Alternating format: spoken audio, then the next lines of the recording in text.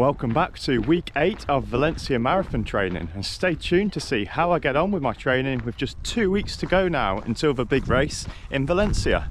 So as is usual with these series, I'll go through a bit more detail in what I've done training wise this week. And to be honest, before I go through this, it was a challenging week for me, and this I'll come to later, but we'll start off on Monday. And going into the start of this week, just wanted to really carry on with the mileage, get 1 or 2 decent sessions in, and then potentially a long run at the weekend, but wouldn't be quite as long as what I was doing in previous weeks, as I've already done about 4 or 5 20-mile runs, and I feel that I've got enough sort of experience over that distance and the sort of volume in my legs over that distance going into Valencia Marathon. So Monday, opted to do a little bit of cross training too. So I went on the bike after work. I was running with Andy in the evening, but I had a bit of time before, so we were only doing an easy run. Opted to do about 40 to 50 minutes, I think, on the bike, and then went into what we were planning on doing in about an easy hour, but it did turn into about 9 miles as we got the route slightly mixed up. So a bit longer than expected on Monday, but 9 miles and a bit of a bike. Then going into Tuesday was my session day, so I didn't really have a great night's sleep on Monday night and just felt tired into the day, but thought I'll crack on with this session and get it done. It would have been easy to just, I don't know, not do it like I've done in previous weeks and keep on putting my week back, but I went out and did it. Did 6 by 1k, and it just felt pretty difficult, to be honest. At this stage I probably could have done, I don't know, 8 or 10 by a k at that sort of pace, but struggled really, but got the session done, but just didn't feel very fluent. Everything felt quite difficult and wasn't really running that much quicker than I'd run the whole 10 miles continuously within the Derby 10 mile just a couple of days earlier. So potentially just had a bit of fatigue from that still in my legs, and a bit of general tiredness too. Didn't make a great session on Tuesday. So with that being said, probably would have been best to have a bit of an easier day on Wednesday, just try and get a bit of form back, get a bit of freshness back. And I did do that at lunchtime. Went for an easy run with Emma. We did 10k.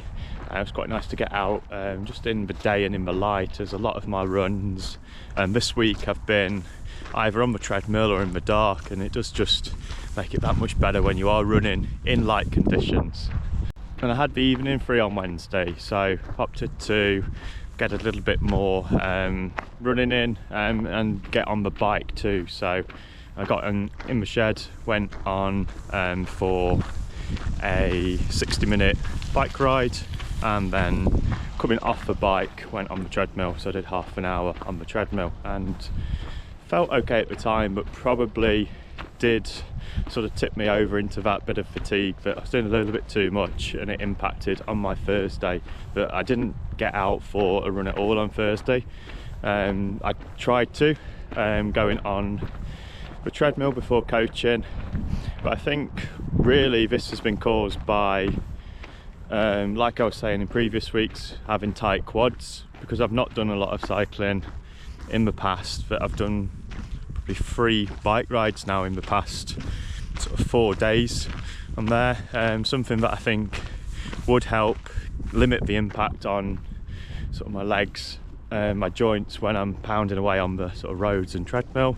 Is something that has probably caused my quads to be a bit tight, which has then caused that knee to sort of resurface, that niggle that I've been sort of persisting with in the last couple of weeks, and that's something I'm not going to do now until the marathon. I'm not going to get on the bike, purely the fact that I just can't, I don't seem to just take it easy on the bike and just use it as a sort of recovery tool really. I get a bit carried away into trying to cycle a bit quicker.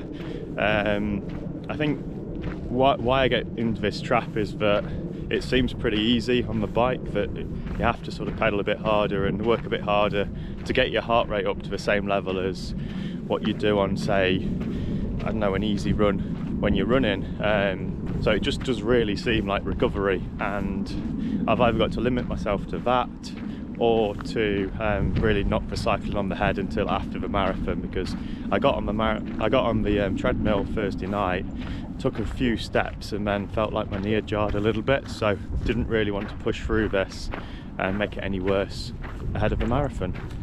So it did seem to be okay with my knee again on Friday, so got on the treadmill before work in the morning and watched what I thought was day 2, sort of to set up what the Ashes would be for the next weekend really, but it was actually the final day, the 2-day test match of the first test of the Ashes, as both teams decided to sort of give their wickets away, and we had not much entertainment going on there. Well, very entertaining 2 days, but it didn't really call for a good weekend of watching cricket. So got a bit of a jog in whilst watching a bit of that, and my knee felt okay in the morning, and then went into a little bit of a progression run in the evening, so I had time after work for a shorter run, and wanted to make this into a little bit more intensity to try and replicate that second session I want to do in the week. So with it being a bit of a mixed up week, I still wanted to try and get some quality in there, and felt pretty good working down to the last couple of miles.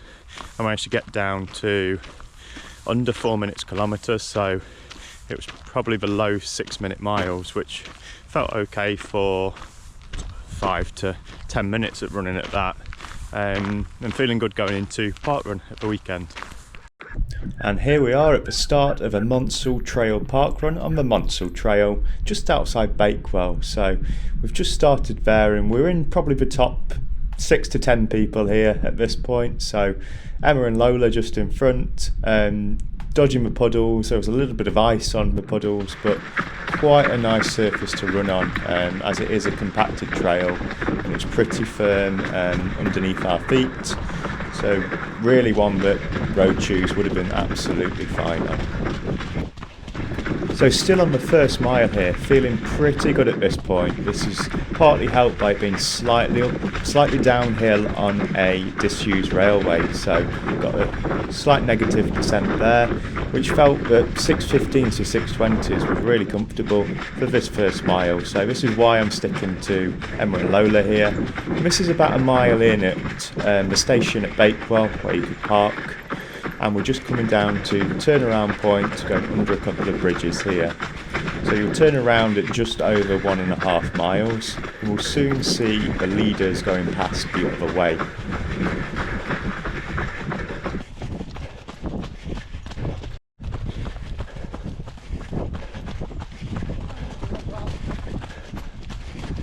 Again at this point feeling pretty comfortable at that 6:15 to 6:20 pace, but knowing that once we hit that turnaround on the cone, it's going to be a little bit harder as we go slightly uphill on the return. So we're just coming into that turnaround point now. See how good Lola's handling is at this point. She's done pretty well, got round quite tight, staying on the left hand side round the cone.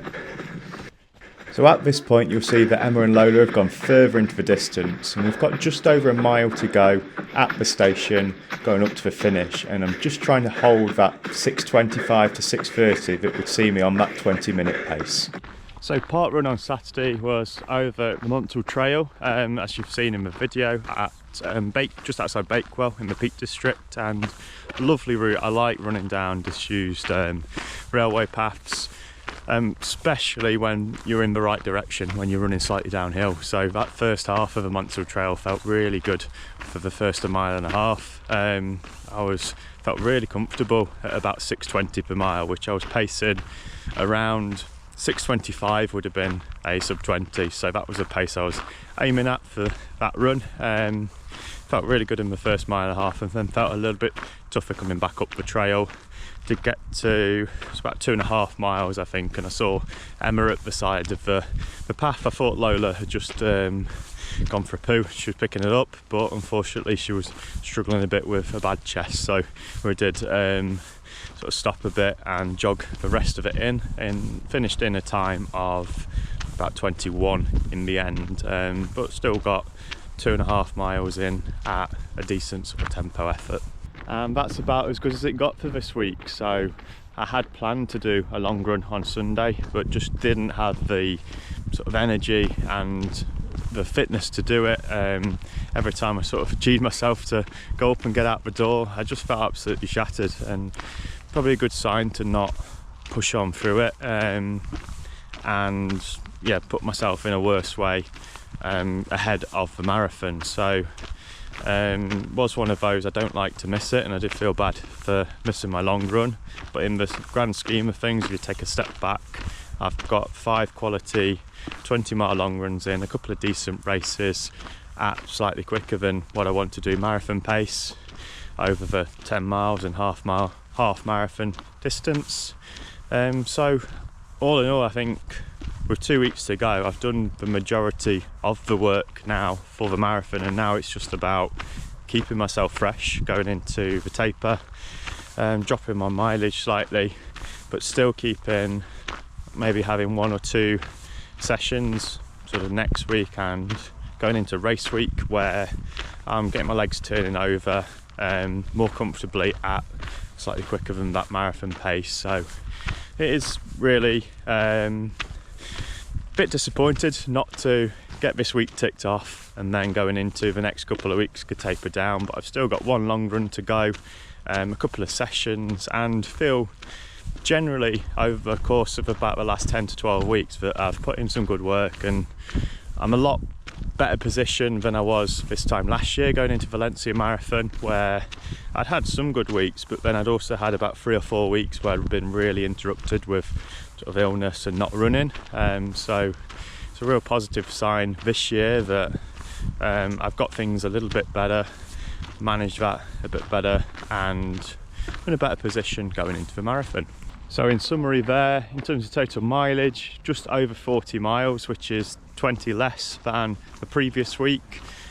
Had 2 days off running through sort of fatigue, illness, if you can call it, and not getting that long run in has really hampered my week. So we go again next week to have a good week leading into the taper really. So I'm probably going to do something between 40 and 50 in this week, and then taper down to doing a little bit less on race week.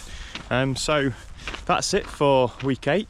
Please stay tuned to see how we get on in week 9 going into Valencia Marathon, and see you in next week's video.